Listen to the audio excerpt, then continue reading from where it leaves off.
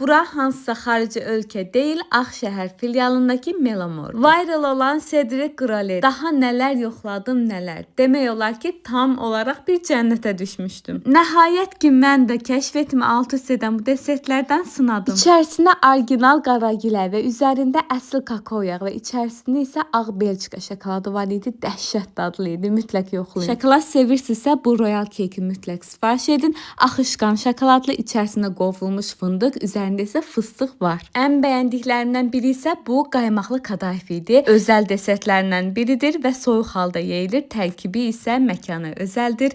Mütləq yoxlayın. Üzərinin qaymağı, içərisinin axışqanlığı adama ləzzət edirdi. Meyvə sevənlər üçün də ən gözəl deserti tapdım. Bu, burada verilən portağallı məşhur özəl desertlərindən olan Viyana desertidir. Ən sonda yeni konseptli bir croissant da yoxladım. Təəssüflər olsun ki, videonu silmişəm, amma içərisi bol-bol şokoladlı idi. Ümumiyyətlə, buranın croissantları, şirniyyatları çox məşhurdur.